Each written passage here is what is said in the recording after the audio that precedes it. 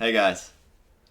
We're doing a more light-hearted video today. We've had our YouTube channel for like 4 years, and we've never shared the story of how we met. So we thought it would be fun to share our story with a little context around it of The reason why we've never shared our story. yeah.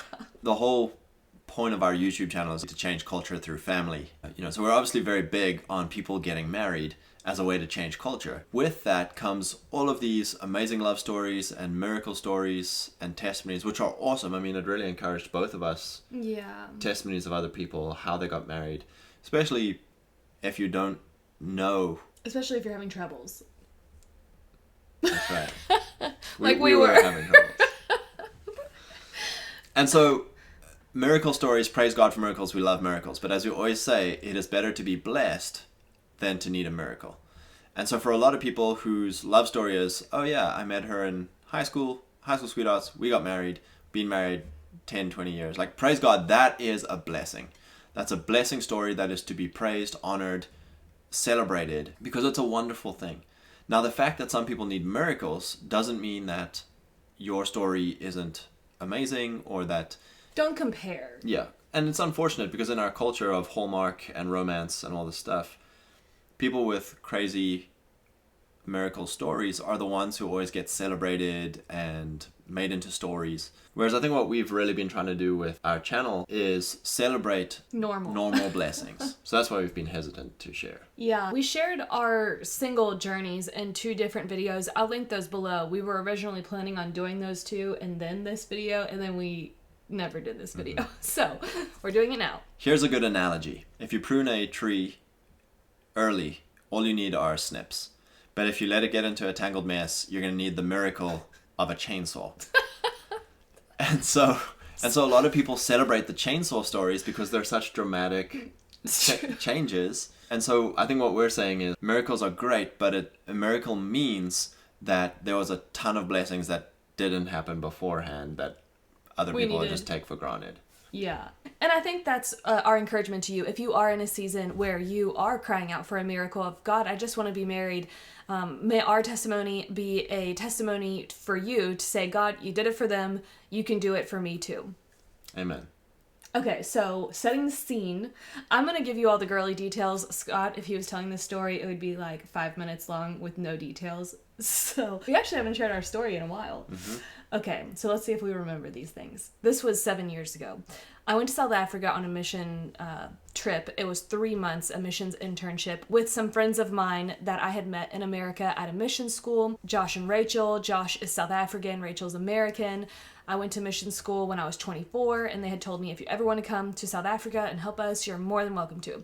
So fast forward to now I'm 25, a year after mission school. I'm wondering what I'm doing with my life. I've shared this in many of our other videos. God made it very clear that I was supposed to go to South Africa. He provided all the finances, and February 1st of 2016, I get on a plane, go to South Africa all by myself. That was a wild adventure in itself. Maybe I'll share that story some other day. But we're focusing on our love story.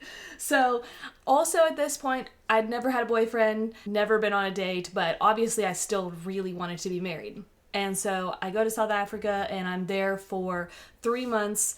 And what I was doing there was working in a rubbish dump, which, how would you describe Stony Drift? Basically, it was a community of Xhosa people who turned a dump site into a village. A shanty town. Yeah, like they took all of... It wasn't like a garbage site. It was construction stuff. Garden refuse. I was going to say, was there garbage stuff there? Maybe. I mean, I think it was their own trash. Sure. So... It was disgusting. Honestly, I had no idea what I was going into. I'm like, you see pictures of Africa and you have this idea of what you think it's going to be. This was 1,000 times worse than what I thought it was going to be. There was smoke every day. They were burning the rubbish. This is disgusting, but I think every time I blew my nose my entire time I was there, it was black. But there was a preschool in the middle of this rubbish dump, and so that was basically my role. The 3 months of being there was helping run this preschool and then soup kitchen, and then the afternoons we did a community garden. I loved working with the kids. You would get super dirty, but it felt very purposeful. It was so enjoyable. Did that for 3 months. It's now April, and I have 2 weeks before I'm getting ready to head back to America, and Josh and Rachel keep bringing up that actually probably a month before I left, they kept bringing up this guy named Scott that's coming to visit, and it kept getting delayed. So you were supposed to come out, I don't know, like maybe a month into me being there, and it kept getting pushed back. So like, oh, he's coming, he's definitely coming.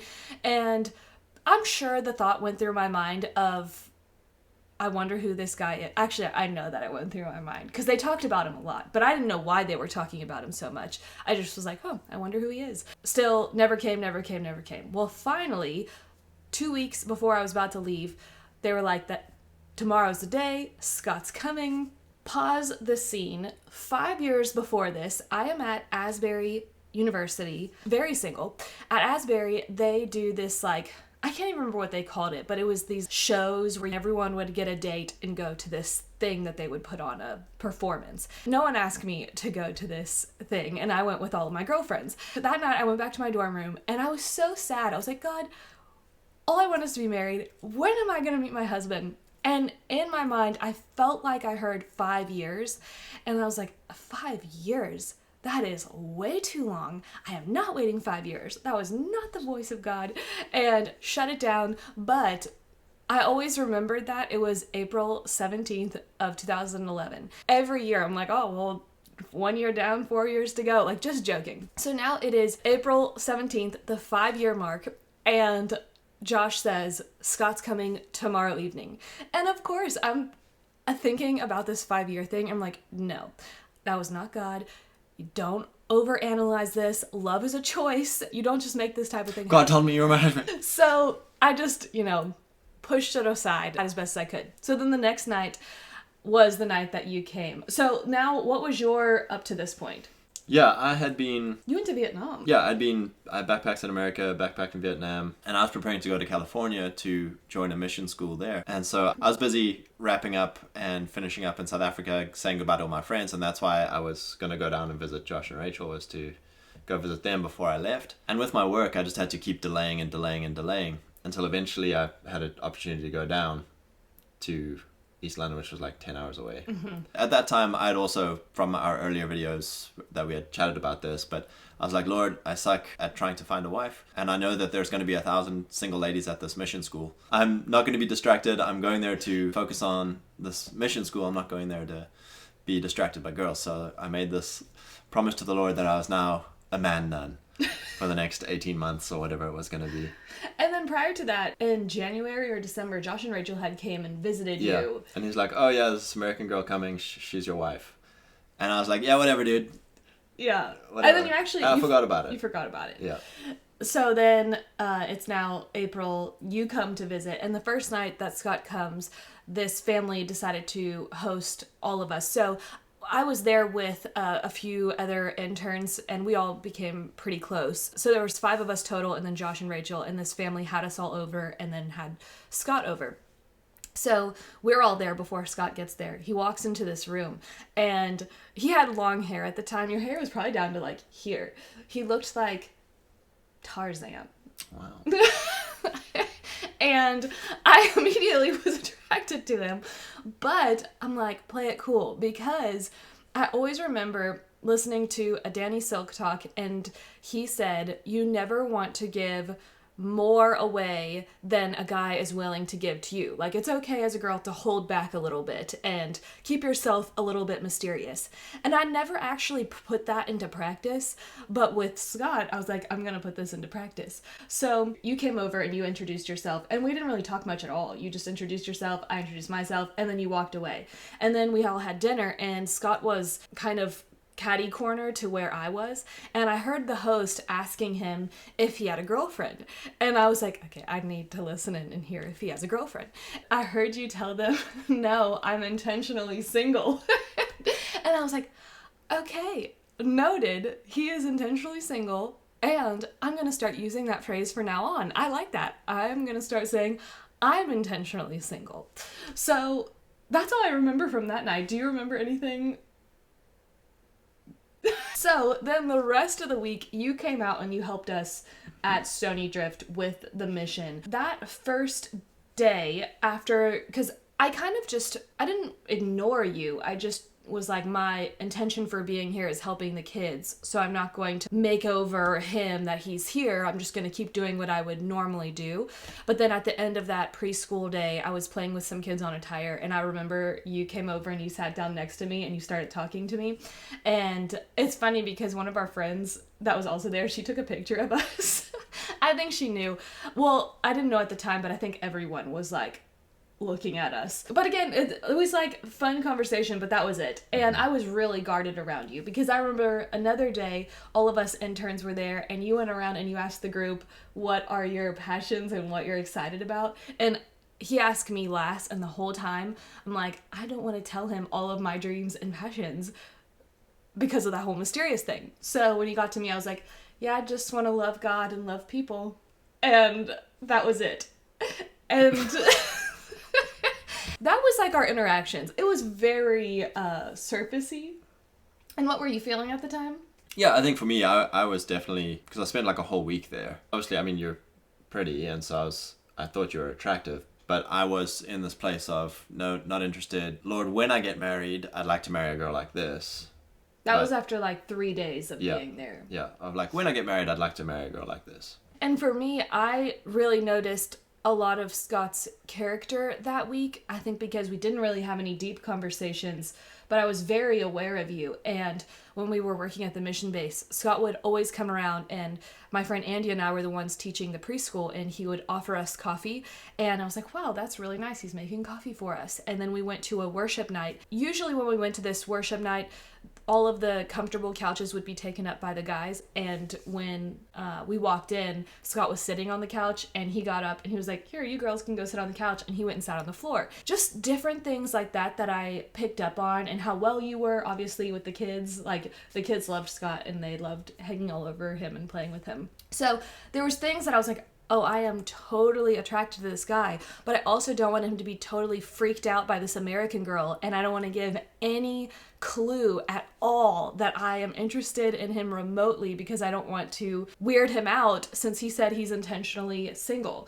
So our last night there, we did a prostitution mission of going out on the street, and we had to partner up, make these little treat bags, and everyone else partnered up, and then you and I were the only ones left, and we were like tying these things together, and I felt so uncomfortable because at that time I really liked you. Do you remember this? Do you remember this at all? I remember like tying the bags and stuff. I don't remember what we talked about. Here's the 4 sentences that I said. So anyways, we had all these like shared experiences, not a lot of conversation. You ended up staying an extra day. I didn't know that. I thought your plan was always to stay until the Saturday, because the Saturday was always our free day, and this day we were planning on going cliff jumping. We're on our way hiking to this cliff. Every time you would come over to talk with me, something would happen and get interrupted, and I wouldn't be able to talk to you. At this point, I was like, I really like him. If he's going to start talking to me, I'm going to talk to him, because he's leaving. This is his last day here. And every time we tried to talk, someone interrupted us. So we ended up going to this cliff and jumping it. Were you doing it just to impress me? Yeah. I was doing it to impress him. Woo! I just don't want to go first. I want to see how it's done. I'm just gonna jump. He's going, oh my gosh, you can do it. Ah, go Scott. Oh my gosh.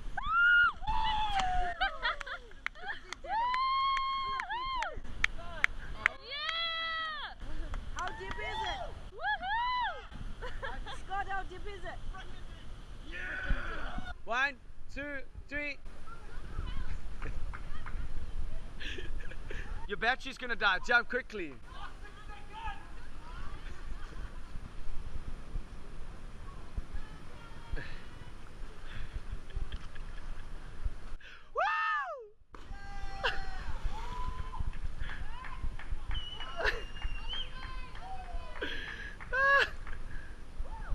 We both agree we would never do that again. No.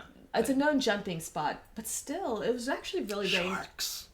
Well, someone told us that it was a shark. Could it have been? Someone told us that it was a shark's area, Anyways, we did this whole thing. It was a lot of fun. After that, we went to a friend's birthday party. At that point, we started really talking. You started asking me about my family. I asked you about your family. And again, it felt like we were kind of like getting somewhere, and then we would get interrupted again. And then at the end of that night, you said goodbye to all of us. I remember you said to me, maybe I'll see you again someday. And that was it. And he left. And that was it. Like, there was no conversation had. Nothing. Yeah, so I drove 10 hours back home, and the whole 10 hours I was conflicted and praying to the Lord of, what do I do? Because by the end of that week, I was like, okay, Lord, this is the girl that I want to marry. So what do I do? Because I made a promise. Made a promise to be a man nun for the next 18 months. And I'm going to the school, and just there were a ton of dynamics going on in my life that was complicating everything. So the whole 10 hours home, just wrestling with what to do and asking the Lord for wisdom. And then that night, I woke up in the middle of the night and felt like the Lord said to me, what would you do if you were fearless? And so I was like, well, if I was fearless, I would... And I still didn't know that Kelly liked me at this stage, because she was still very, like... You said ice queen. Like an ice queen. And so I was like, well, I would drive back down there before she leaves and see if she's open to pursuing marriage. And this is after us knowing each other for 5 days. Yeah, so, and then my perspective after Scott left, that night I went to my room and I was like, God, my biggest fear in life was missing my husband. And I think I just missed him. And I thought, I don't think I'm ever going to meet another guy like him. And if I do, I'm just going to compare them to him. And I was just so upset. And I was like, you know what? I'm going to go to bed, and when I wake up in the morning, I'll probably forget all about him. And that didn't happen. I was like more upset. I was like, he's going to go to this mission school and marry some girl in America and, you know, all the things. So I decided that I'm going to talk to Josh and Rachel, tell them everything, and they can just tell me he doesn't like me. On Monday, Rachel actually pulled me aside and was like, hey, Kelly, do you want to go have lunch with me? And normally we would eat lunch at the school, whatever the mamas would make, we would eat lunch with all the kids. But she took me to the mall that afternoon. Josh dropped us off at this coffee shop, and I didn't even give her a chance to like say anything. As soon as we sat down, I told her everything. I told her what I was feeling about Scott, how I liked him. I told her about the 5-year thing. I told her like everything. And the whole time she's like, And then finally she's like, well, Kelly, he really liked you, but you ignored him all week. And I was like, what? Are you serious? I was so upset. She was like, so then I was like, well, now what? He's gone. He lives 10 hours away. I'm now leaving in 1 week. Now what? She was like, well, I'm sure he'll just message you on Facebook. And I was like, message me on Facebook? This is horrible. Meanwhile, you called Josh. Yeah, I called Josh and said, hey, I'm going to come back down, see where things stand with Kelly. And he said, wait, you don't even know if she liked you. And I think that was maybe Rachel's reason for pulling me aside. So it all worked out perfect. But you were planning on coming down anyways. It took me another few It was days Thursday. of work before I could come.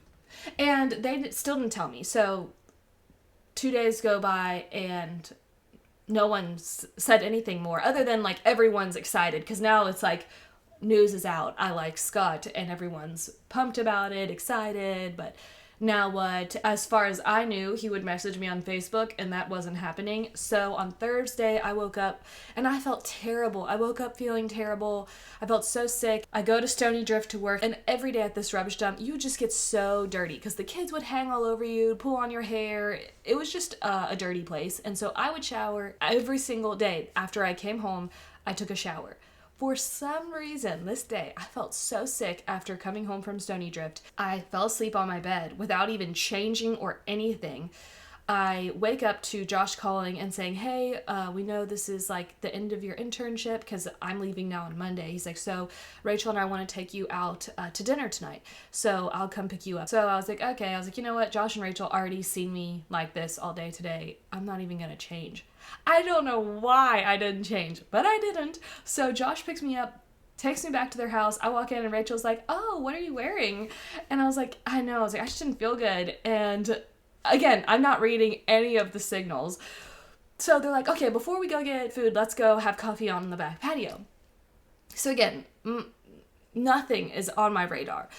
I walk out the back patio and you're standing there with this big thing of like sunflowers, and it was so awkward. Awkward. Awkward.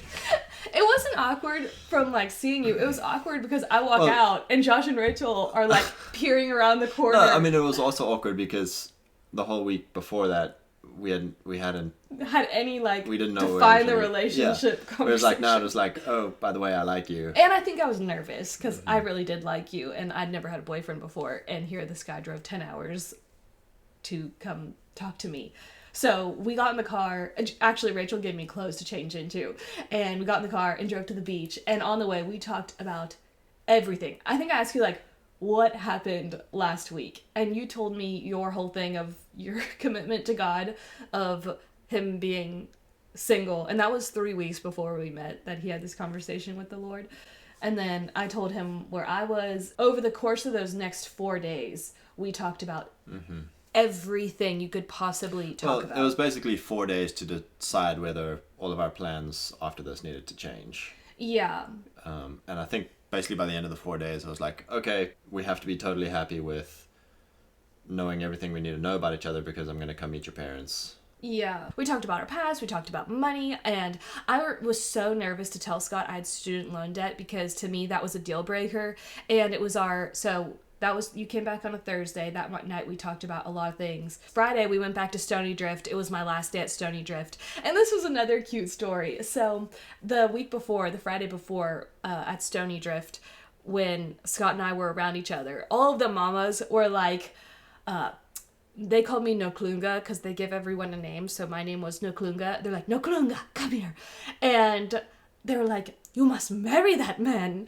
And I was like, shh, like, say that too loud. And I had not told anyone that I liked him, but I told these mamas, I was like, Tandaza, which means pray. And they're like, oh, we are praying. They're like, you're tall, he's tall, it's perfect. And I was like, okay, well, if that's your standard for it's a sign. Perfect, then we'll take it. So it was my last day at Stony Drift, and I usually ride in with Josh and Rachel, but obviously Scott had came back, so we rode in to Stony Drift together, and all of the mamas are like cheering because you're back, and it was so fun. So that felt like a neat ending to my time there at Stony Drift. And then the whole weekend we spent talking about everything. I told you about my student loan debt, and you were like, okay, it's not a deal breaker. Like, I can see that this is a burden for you. It's not like you joyfully have debt. And I was so relieved. So then, yeah, at that point, we pretty much decided we were going to get married. You just needed to meet my family. Yeah. That Monday morning, you picked me up and we went and watched the sunrise. And then took me to the airport and flew back to America. And then it took me 2 months. About 2 months to be able to change all my plans and get across to your family. Yeah, and thankfully you already had your visa because of your trip the year before. So we really feel like God was faithful in preparing Scott to be able to come to America without much issues. We could probably go into more details of another time of the story of when you came to America, but the short version is you came to America, met my family, ended up being able to live with my now brother-in-law. I lived with my sister, Scott lived with her then boyfriend, and they're now married. It was 6 months from when we met to when we got married, because we got married in the fall. Yeah, because I journaled a lot from the time I was like 19 all the way until I met Scott. I had journaled all the time. I had written prayers for my husband in my journal, and it was so fun after having met Scott to then go back and look at all of those prayers and see how God had answered all of those prayers. I mean, there was one point that one night was drawing like this map of the world in my journal, and I just was asking God, who needs prayer in the world? And I wrote down the names that I felt came to my mind. And in Africa, I wrote down the name Scott, I needed prayer.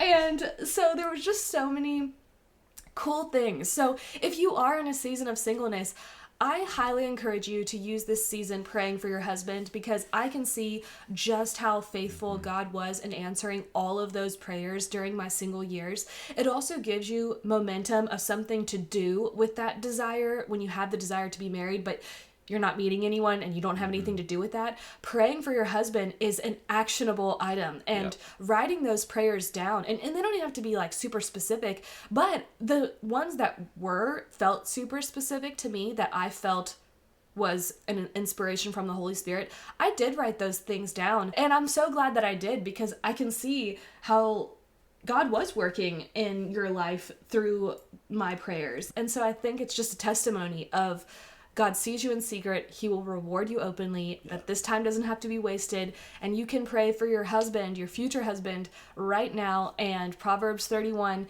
she does him good, not harm, all the days of her life. So you can be doing your future husband good right now in this season. And so one final encouragement as well is, if you see the value of marriage and you want to be married, if you are dating someone or interested in someone, don't wait years and years and years before you make a decision to get married or not. You can very quickly get to the important values that will guide your life. And what is your wife joining? What is the mission? What are the values?